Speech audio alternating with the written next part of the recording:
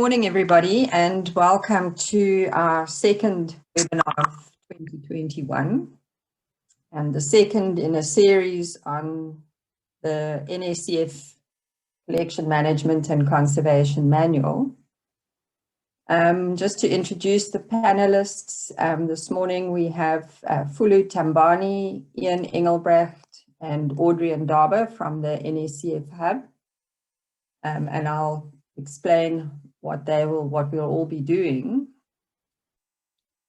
Just before we get going, some guidelines for the webinar engagement. Just a reminder, you can say hello in the chat box and let us know which institution you're from. We probably do know, but just if other people might not know you yet. And then you can use the question and answer box to ask questions regarding the presentations, and we will answer some of your questions either during the presentation or at the end. Do keep contributions helpful and considerate of the host and other participants. We might not be able to get to all the questions during the webinar. It depends on how many there are, but we will make sure that we do answer them on the webinar link. Right, I think let's get started then. So what we're going to be covering in the webinar today is to just give you an overview of the manual and the implementation approach. And I'll do that. And then to look at the collection management and conservation working group and their role in the implementation. And Audrey will do that. Then the data chapter and how that's going to be implemented by Ian. And then I'll come back and talk a little bit about the training that we're proposing. And then Fulu will talk about the sequence of the webinars. All right. So what this webinar is really about is about this manual. And just to say, it is at the printers at the moment. It's been a long journey to get here. Even just getting the layout with the printers has been a long process. But it's there now. And developing that manual has taken 3 years. And it was really led by the working group, by the two working groups, the Collection Management and Conservation Working Group led by Audrey, and the Data Management Working Group led by Ian. But there was input from a lot of people from different institutions and from the NSCF Hub staff. So people who contributed photos, people who helped with review, people who came to those working group member meetings, who went back and spoke to people in their institution. So it was really a massive group effort. And the acknowledgement pages of the manual is very long, and that just shows how many people have contributed. And so it's our manual, it's your manual. It's not something else. It's not something that's come from overseas. It's ours. But after all those years of work, it can't just end now at the production of this manual. We have to ensure that it doesn't just stay closed on bookshelves, in libraries, or even unpacked in boxes. So how do we make sure that that doesn't happen? And this webinar looks at our proposed approach.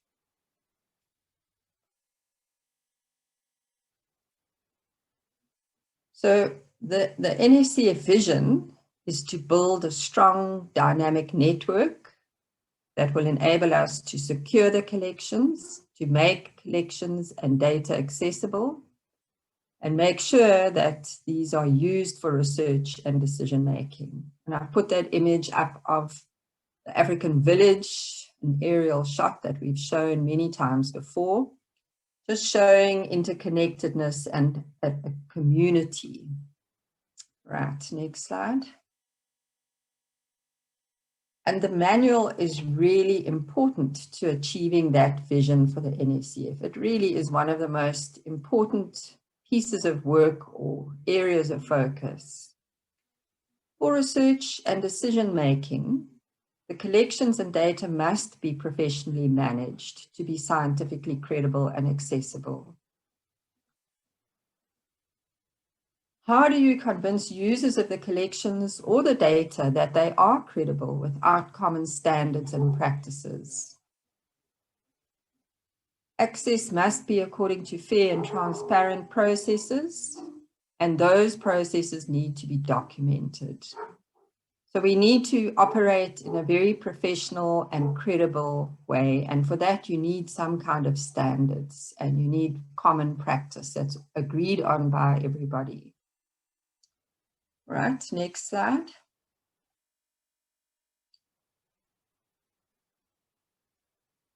Also, if you think about it, we all depend on funding, most of us from government or some from universities, to pay salaries, to pay for consumables and equipment, and we apply to various agencies to get research funding.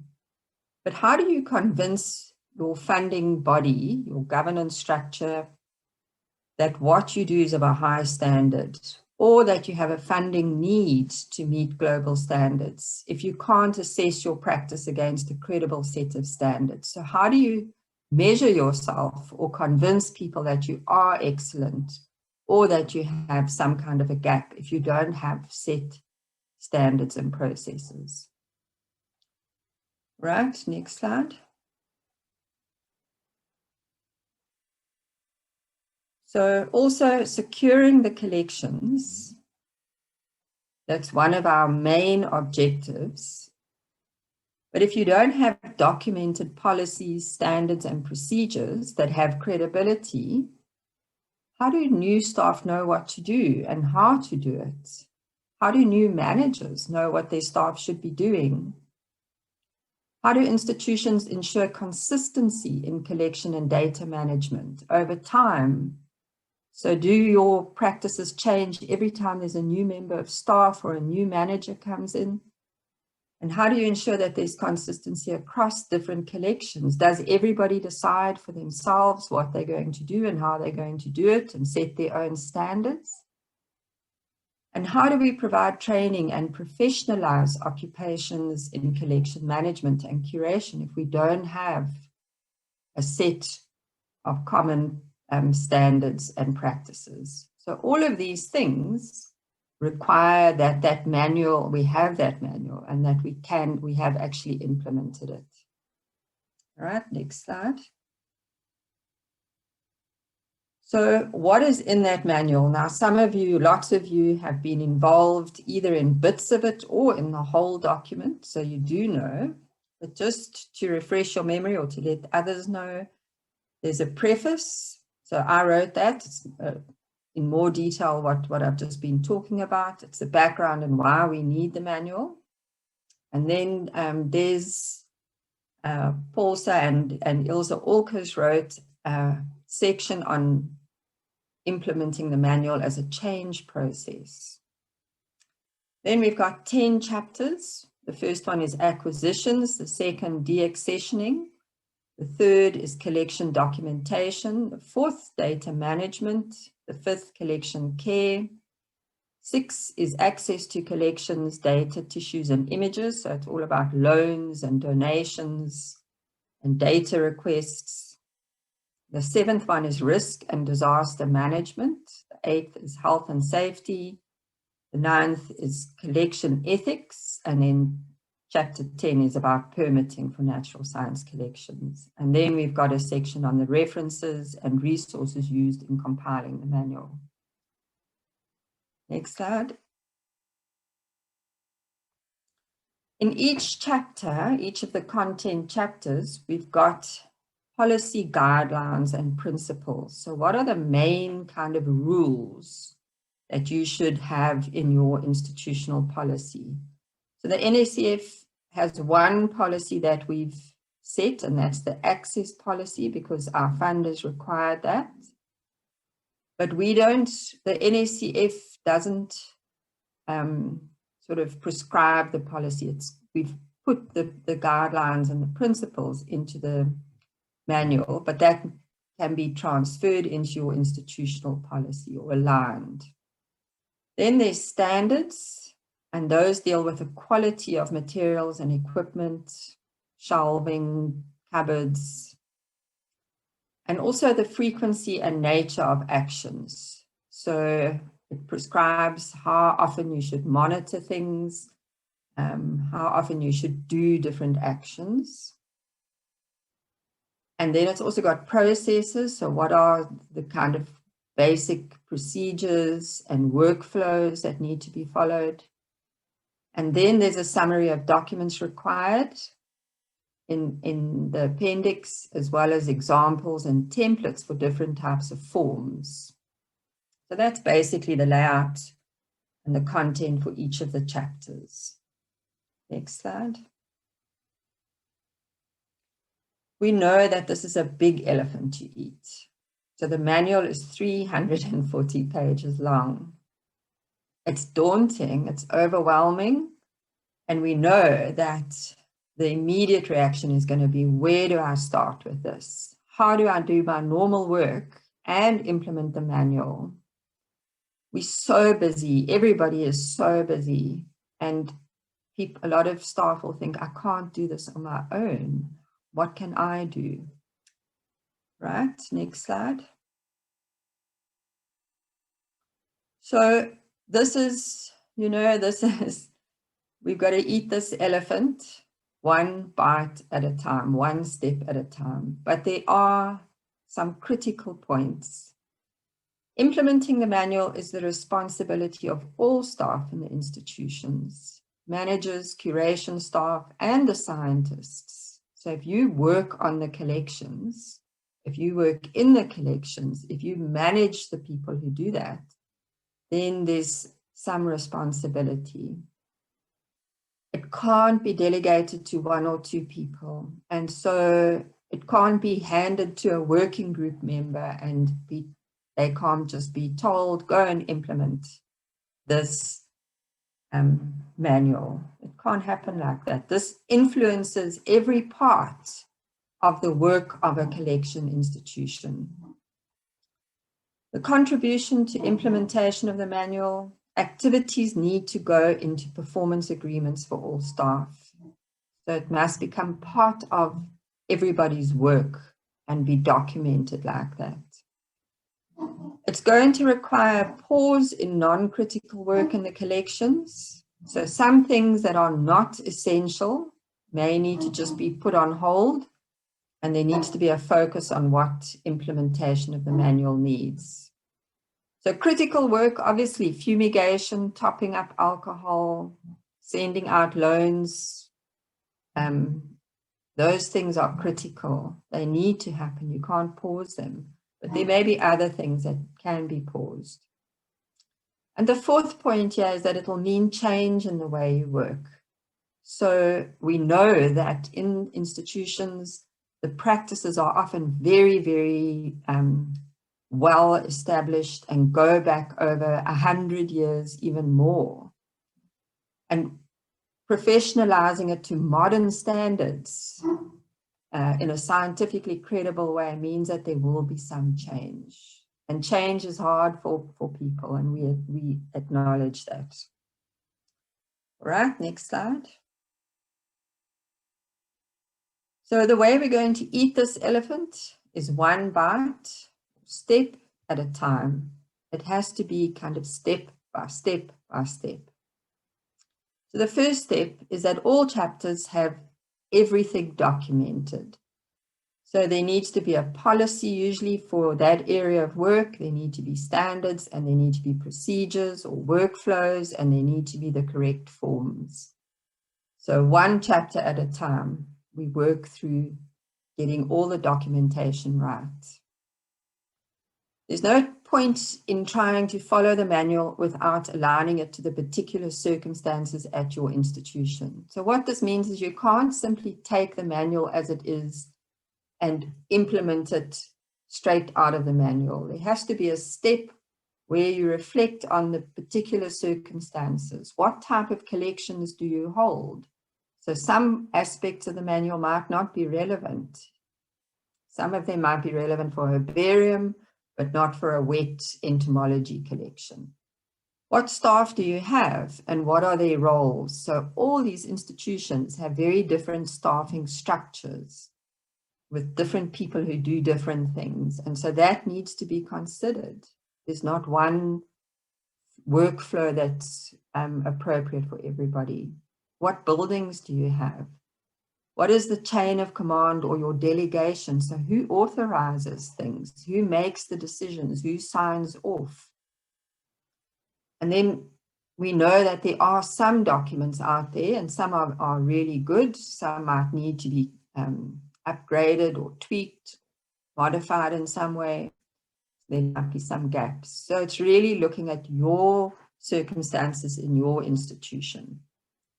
And then step 2, once the documents are completed for a chapter, you can start implementation of that area of work. There's no need to keep doing things the old way. So immediately once everything is sorted for a particular area of work, then you can start implementing. All right, next slide. So we have given a lot of thought to how we can all work together and offer each other support and assistance in whatever way we can. So the first thing that we want to do is to offer webinars, an overview of each chapter.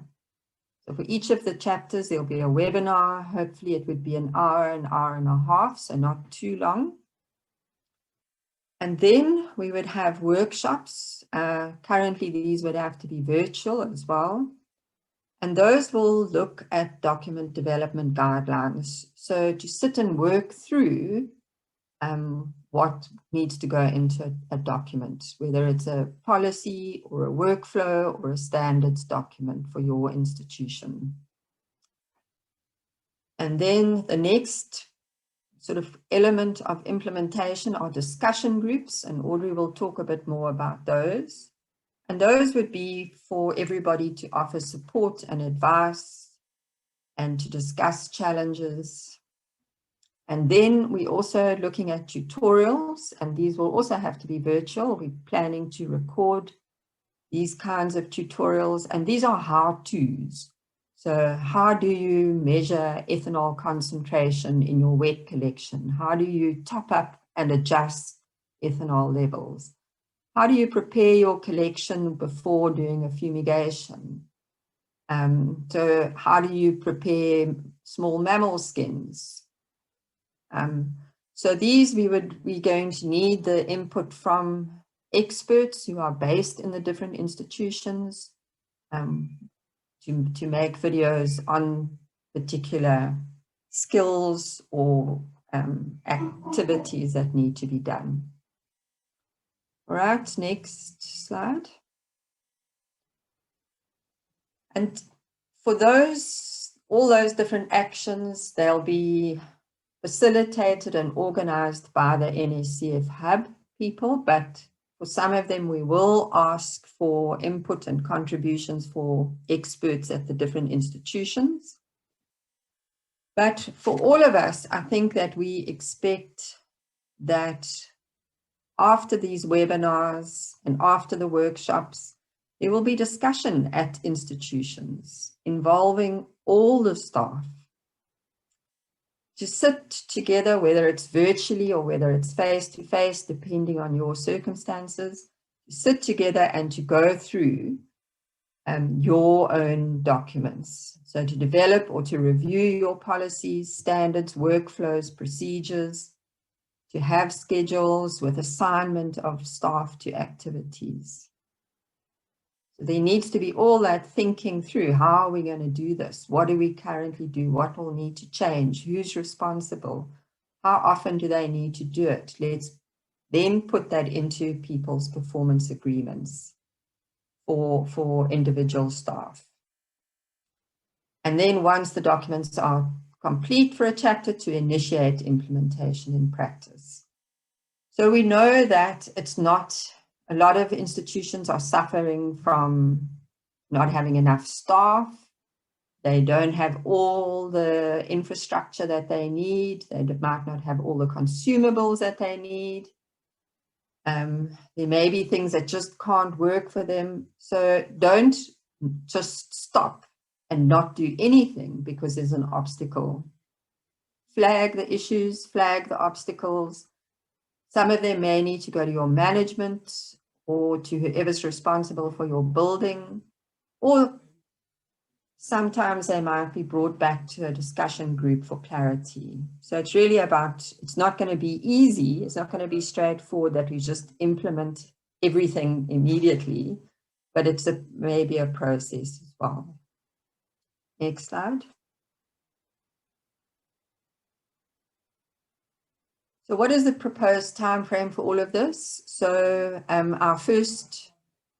next webinar is on the 2nd of March, and this is going to be implementing the manual as a change process. So it won't be a webinar, it'll be more of an interactive session with Des and Ilse, our change management facilitators. And I think that will be a very interesting session that will be run by them.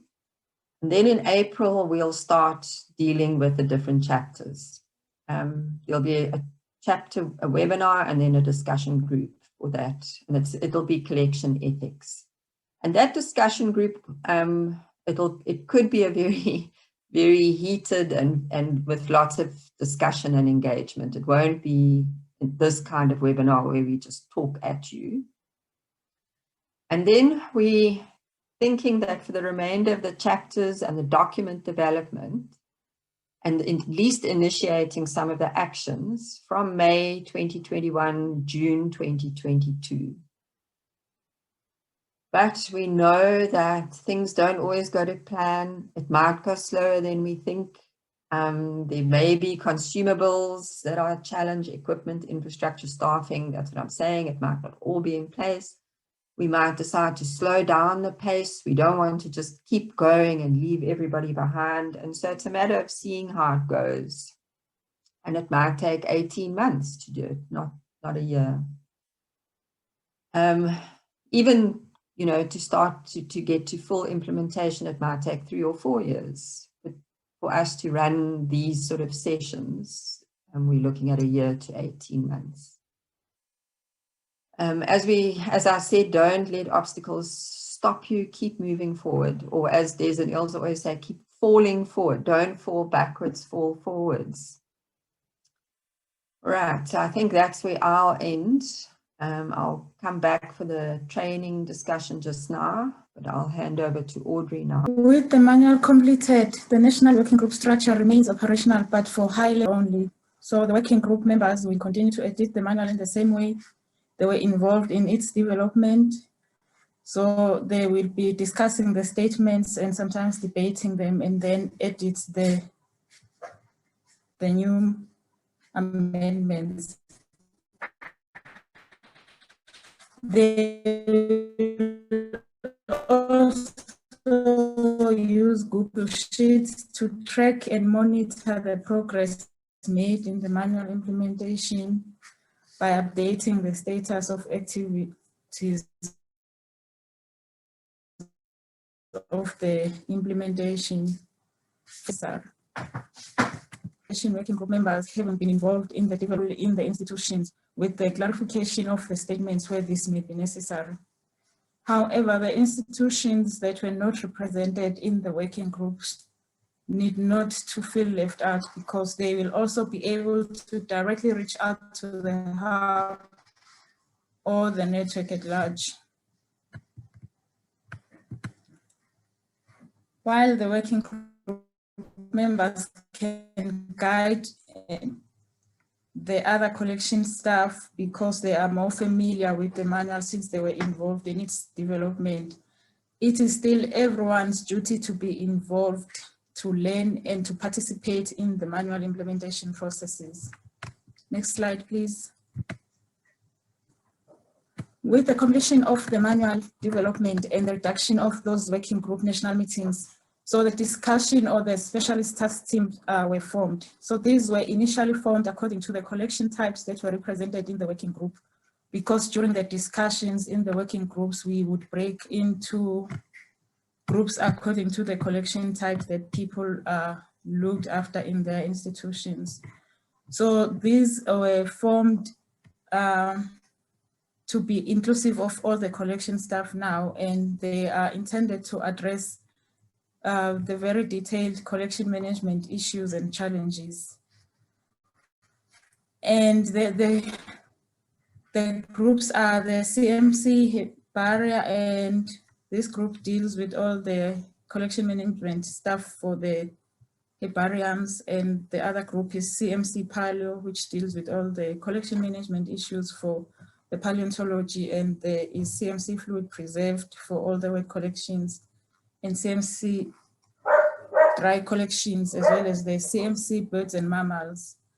So the members in these groups will share their knowledge and expertise and offer support to each other.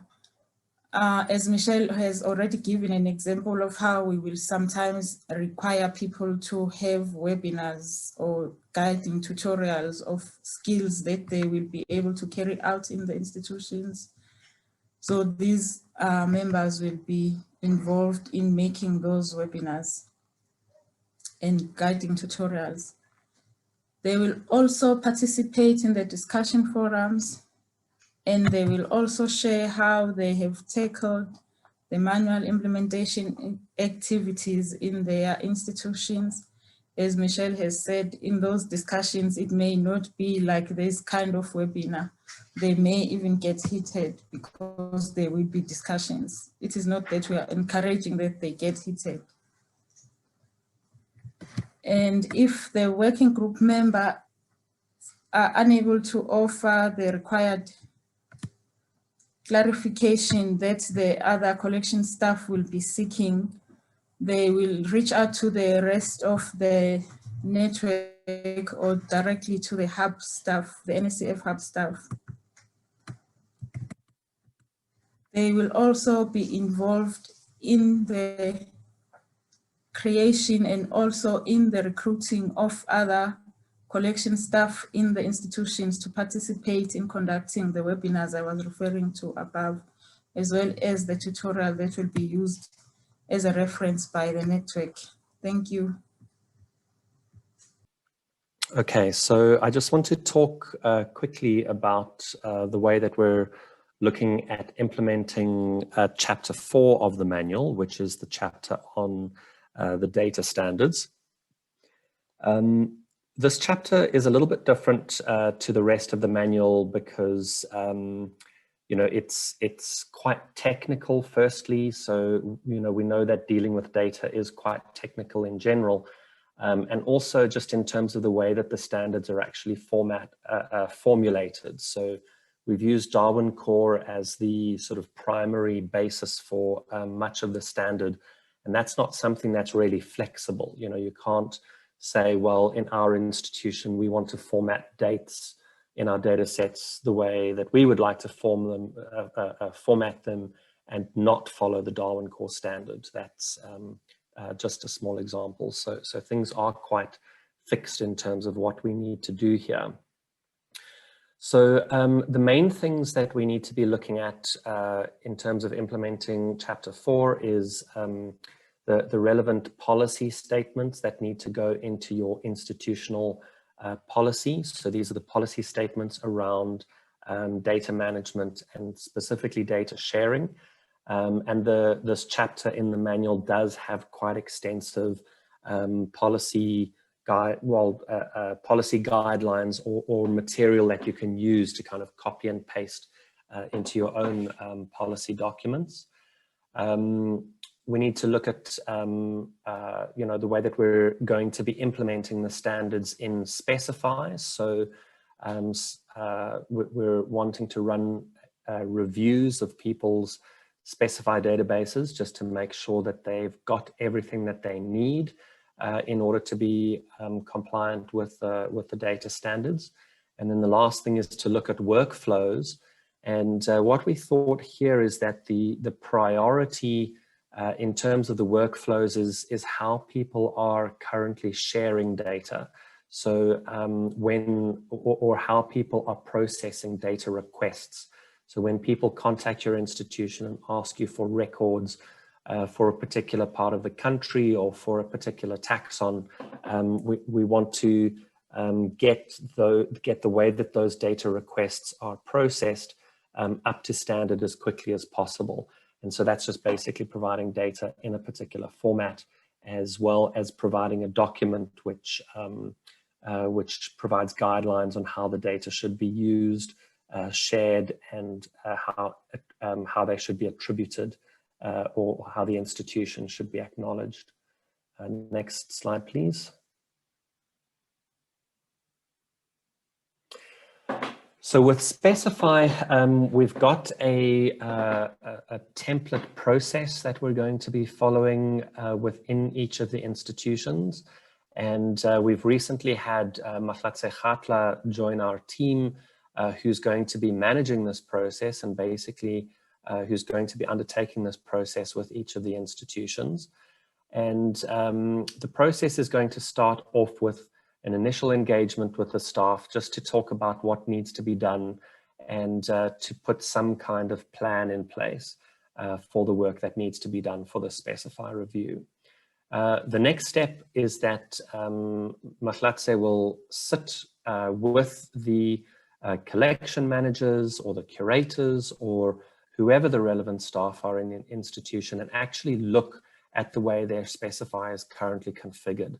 So what fields are available on the forms, you know, how those fields are laid out, how the queries are structured, how the queries are being used, all that sort of thing. And from that process, we're going to work out what needs to be done in order to standardize the forms and the queries. Once we know what needs to be done, we're going to implement those changes.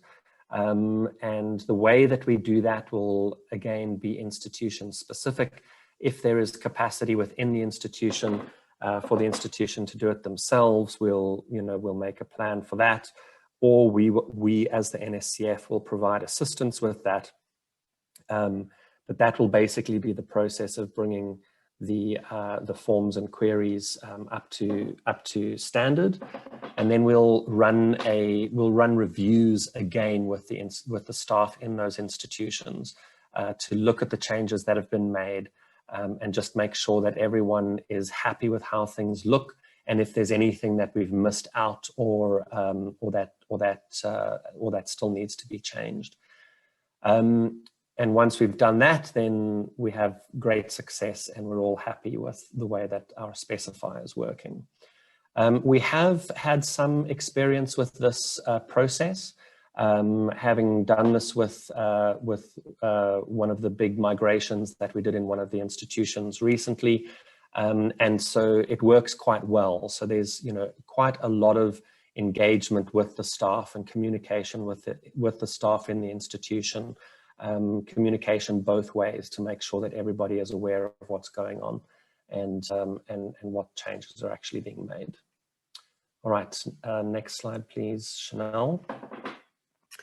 So that's what we're wanting to do with Specify. However, with Brahms, we don't have the same level of flexibility as we do with Specify. So if Brahms is not really a customizable database, but we still want to make sure that when people are serving data queries and using Brahms, they're conforming with the standards as far as possible.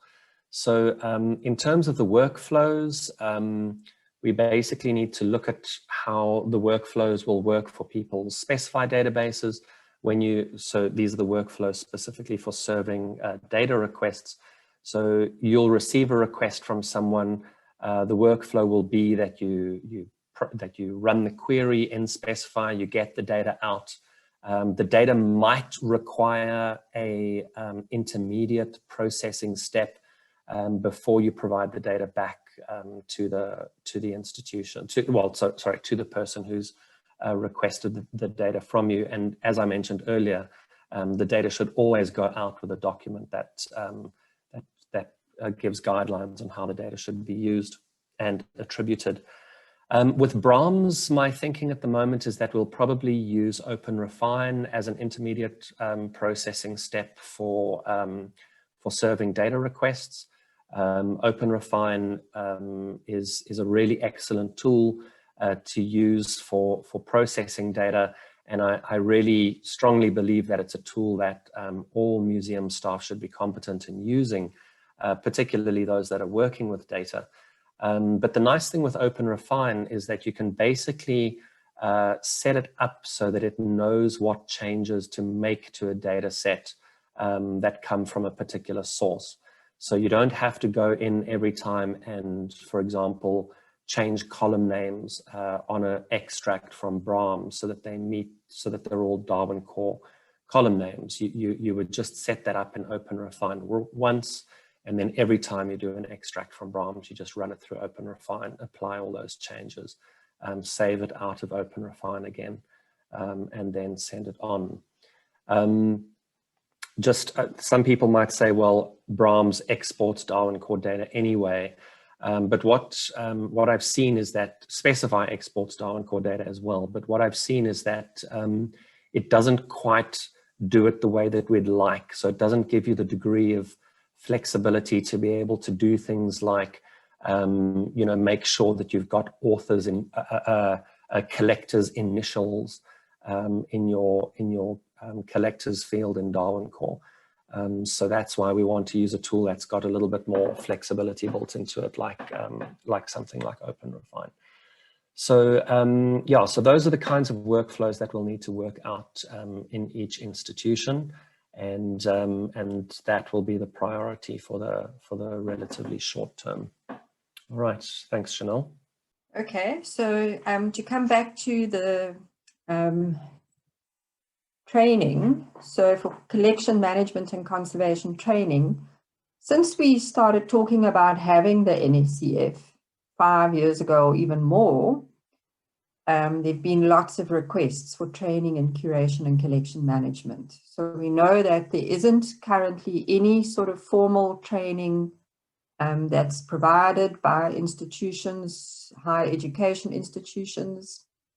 We had a look, I did a review of everything that exists, but it's not really appropriate for what we want. And thinking about it, education experts have said that the best way of learning is by doing something that has relevance. So by actively doing something, you learn much more effectively than if you sit passively in a lecture kind of situation. So while we were working, developing the implementation plan, we thought, well, surely if people come, they read the manual, they sit through the webinars, they get involved in the tutorials, they get involved in developing documents in their institution, they're involved in implementing relevant aspects in a collection. That's basically doing training. And it's a very productive way of developing capacity. So there's no need for you to be away from work for a long period of time while you're attending a course. There's no need to learn content that's very difficult then to apply to your situation, which might be very different to the context in which the training is provided. And there's also access to support and guidance from a whole lot of staff at the institutions. So through all of these platforms that we've been talking about, you don't have to sit and try and figure things out on your own. There's a lot of help available. And so rather than doing something separate for training, why don't we use implementation of the manual as the training? Next slide.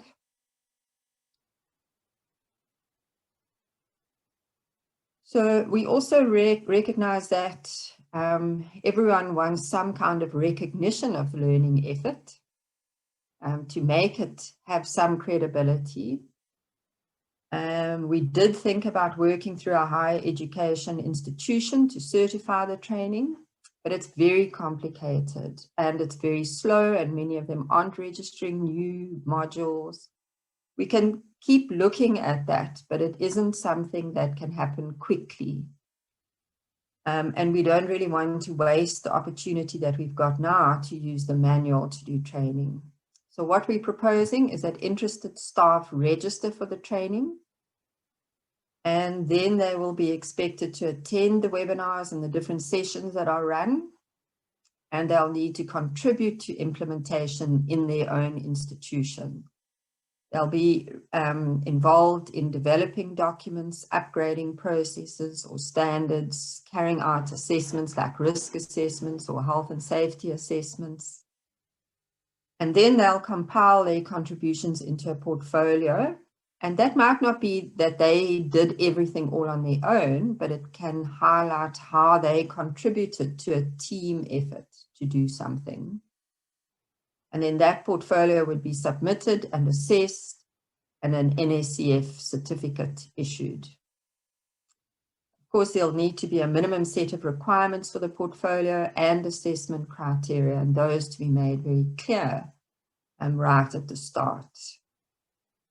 So that ensures that people who want to get some kind of training know what needs to be done up front, and that they get fully engaged in the process, and they would receive training in all the different aspects of collection management according to the standards that have been set by the NSCF community. That would help if you're applying for a job, if you're applying for a promotion, to know that this person has been through all of this training. All right, so that's the thinking about the training. I'm hoping that we'll have further details in the next week or two about this, and we can get a sense of how many staff would be interested. Just to say that we will also be recording all the sessions, and they will be made available. So anybody, if there was something where you just couldn't make it to one of the particular sessions, you would be able to catch up by watching it later. All right, so I think that's all from my side. Thanks, Chanel. Thank you. So I'm going to share with you the sequence in which we're going to have all these webinars. Like Michelle said, we'll start with webinars, there'll be discussions, there'll be tutorials, but it will be according to this order that I'm about to share with you. So the first one is the initiation webinar, which is the introduction to the whole process. And this is the webinar that we are on. You will notice that all the information that was shared with you was giving you all the information that you need to know going into the process of the manual implementation. After this webinar, we will be having a session which will be facilitated by the organizational development consultants. It's Ilse and Desiree. And it will be based on how change happens. So they're going to be working with us on that. This is important because we are going to be going through a lot of change, a very big change. So this will guide us, this will prepare us for this change that's coming. And then after that will be Chapter 9 of the manual, which is collection ethics. And then it will be followed by Chapter 3.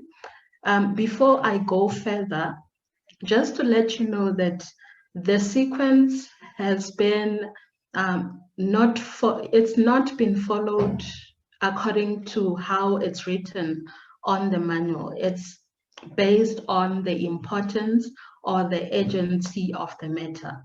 So that's why you see that we will have Chapter 9 and then 3 and then 1 and so forth.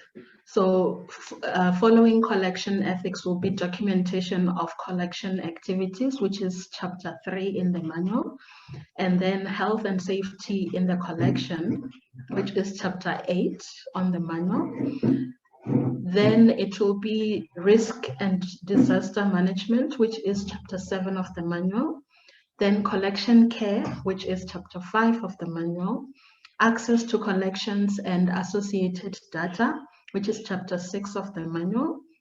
Following that will be acquisition of collection objects, which is chapter 1 of the manual, and then deaccessioning collection objects, which is chapter 2 of the manual. So after sharing with you the sequence, I want to encourage each and every one of you to share. What do I mean by sharing? We as the NSCF are a community, we're a network. So a community shares.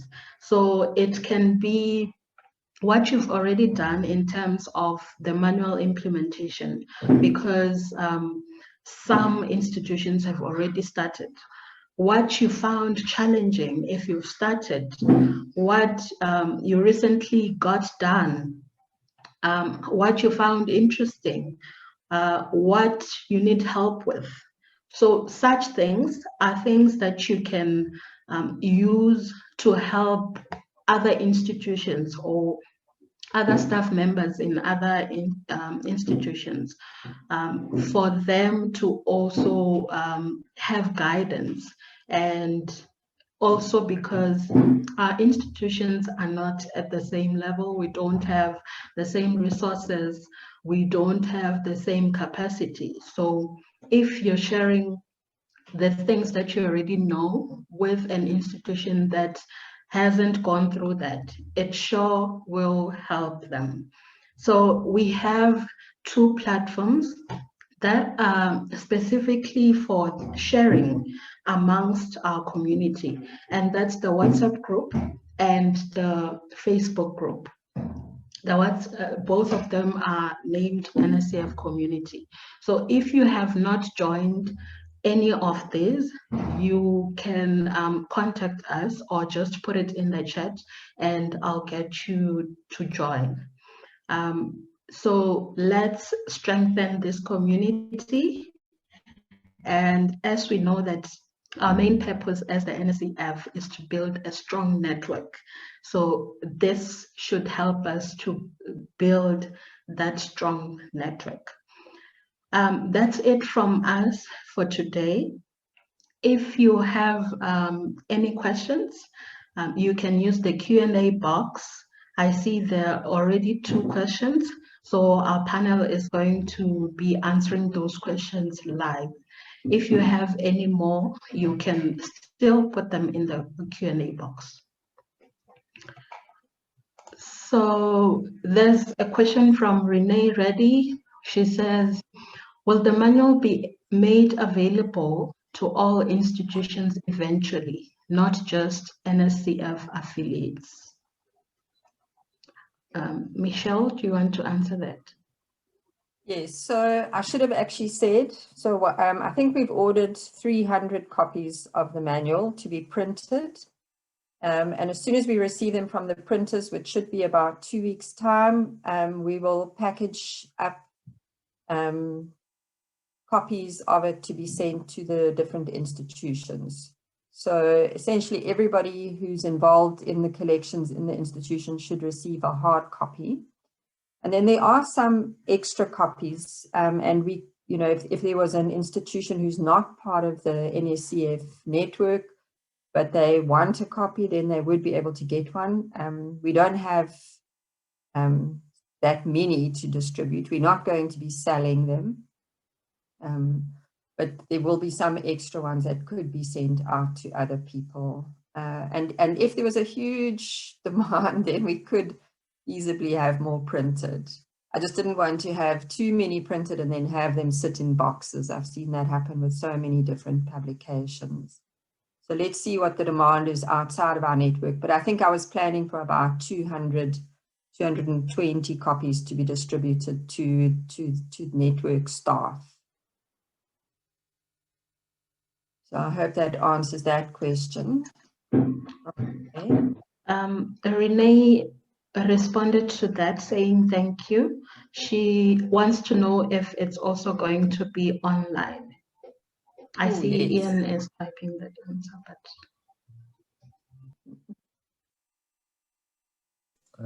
I just said it'll be on the website. Yes, yes. So the PDF we will put on the website. And also just to say that, you know, it's not this, we put this manual together. It wasn't supposed to be like a glossy coffee table kind of book. It's a workbook. It's our manual. And there's lots of pages with notes, blank pages for notes, so people can make their own notes. If you find things that just don't work or you find errors, you can scribble in the margins. And in a few years' time, we'll revise it and update it. And so it really is a working book. But the PDF will be on the website, and we will make it available there, or we can email it to people as well.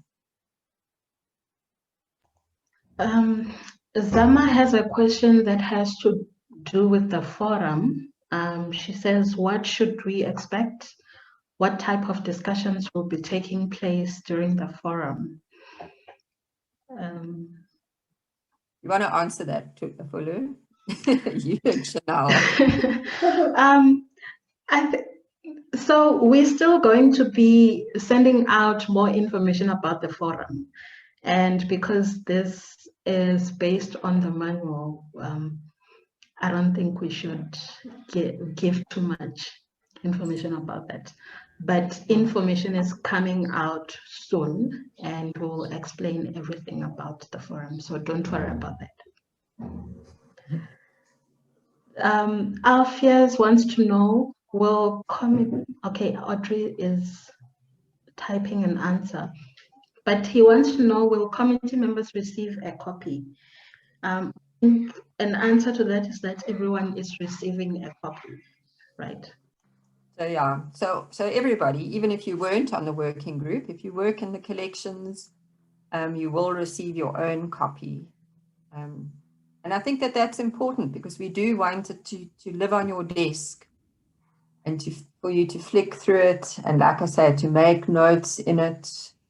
And so there's no point in just having a copy that sits in an office somewhere else or in the library. This is going to be your working book, your manual, your guide that you use often. So we expect by the end of 3 years that it will be tatty and dirty, scribbles and notes, and you'll have well used it. That's it from the Q&A box. Just from our side, just to say thank you very much to everybody who attended today's session. We really do appreciate you getting involved and getting engaged at the start of this process. It's very important, and so we do appreciate your time.